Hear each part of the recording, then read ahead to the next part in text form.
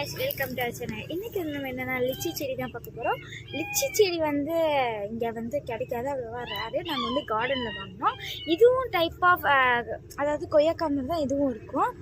பாருங்க. அழகான கண்டா தான் இருக்கு. இந்த பூண்டு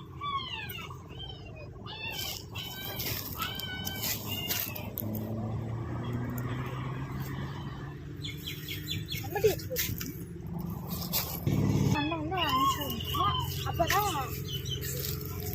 இதோட செடியோட ஃப்ரூட் தான் இது. ஃபர்ஸ்ட் இது இப்படி இருக்கும், உள்ள இன்லேயர் வந்து இப்படி இருக்கும் லிச்சி. இப்போ வந்து இது அணை கட்டணும், அண்ணு வந்து இது மேலே போடணும்.